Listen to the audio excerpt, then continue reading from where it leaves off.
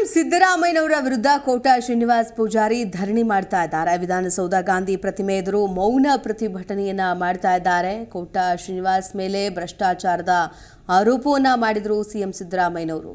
ಇದು ಸುಳ್ಳು ಆರೋಪ. ಈ ಹೇಳಿಕೆಯನ್ನ ವಾಪಸ್ ಪಡಿಬೇಕು ಅಂತ ಆಗ್ರಹಿಸಿದ್ದಾರೆ. ಕೋಟಾಗೆ ಮೇಲ್ಮನೆ ವಿಪಕ್ಷ ನಾಯಕ ಛಲವಾದಿ ನಾರಾಯಣ ಸ್ವಾಮಿ, ಶಾಸಕ ಸುರೇಶ್ ಕುಮಾರ್, ಪರಿಷತ್ ಸದಸ್ಯರಾದ ಎನ್ ರವಿಕುಮಾರ್, ಪ್ರತಾಪ್ ಸಿಂಹ ನಾಯಕ್, ಶಾಂತಾರಾಮ್ ಬುಡ್ನಿ ಸಾಥ್ ಕೊಟ್ಟಿದ್ದಾರೆ. ನನ್ನ ಮೇಲೆ ಆರೋಪವನ್ನ ಹಿಂಪಡಿಬೇಕು, ಇಲ್ಲಾಂದ್ರೆ ಇದನ್ನ ಸಿಬಿಐ ತನಿಖೆಗೆ ಕೊಡಿ ಅಂತ ಆಗ್ರಹಿಸಿ ಕೋಟಾ ಶ್ರೀನಿವಾಸ್ ಪೂಜಾರಿ ಮೌನ ಪ್ರತಿಭಟನೆಯನ್ನ ಮಾಡ್ತಾ ಇದ್ದಾರೆ.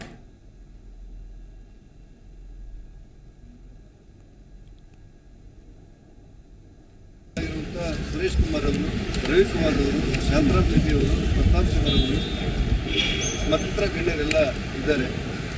ಒಂದು ವಾರದ ಕೆಳಗೆ ನಾನು ಗೌರವಾನ್ವಿತ ಮುಖ್ಯಮಂತ್ರಿಗಳಾದ ಸಿದ್ದರಾಮಯ್ಯನವರಿಗೆ ಒಂದು ಪತ್ರ ಬರೆದು ಸದನದ ಒಳಗೆ ಮತ್ತು ಹೊರಗೆ ನೀವು ಆರೋಪ ಮಾಡ್ತಾ ನನ್ನ ಹೆಸರನ್ನು ಉಲ್ಲೇಖ ಮಾಡಿದ್ದೀರಿ. ಹಿಂದೆ ನಾನು ಸಮಾಜ ಕಲ್ಯಾಣ ಮಂತ್ರಿಯಾಗಿದ್ದಾಗ ನನ್ನ ಇಲಾಖೆಯಲ್ಲಿ ಭ್ರಷ್ಟಾಚಾರ ಆಗಿದೆ, ಶ್ರೀನಿವಾಸ್ ಪೂಜಾರಿ ನೇತೃತ್ವದಲ್ಲಿ ಅನ್ನುವ ರೀತಿಯಲ್ಲಿ ನೀವು ಸದನದ ಒಳಗೆ ಮಾತಾಡಿದ್ದೀರಿ ಮತ್ತು ಹೊರಗೆ ಮಾತಾಡಿದ್ದೀರಿ.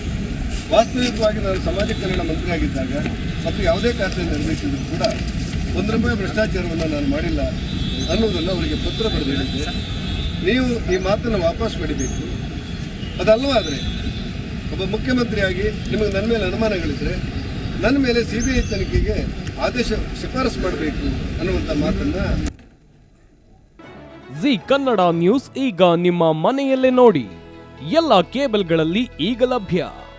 ಸನ್ Direct 292, Jio TV 1334, U Digital 162, City Cable 51, GTPL 17, Abhishek cables 821, Rockline telecommunication 51, Shri Basaveshwara number 60, Vinayaka digital number 53, in digital number 896ರಲ್ಲಿ. ನಿಮ್ಮಿಸ್ತದ ಜಿ ಕನ್ನಡ ನ್ಯೂಸ್ ನೋಡಿ ಆನಂದಿಸಿ.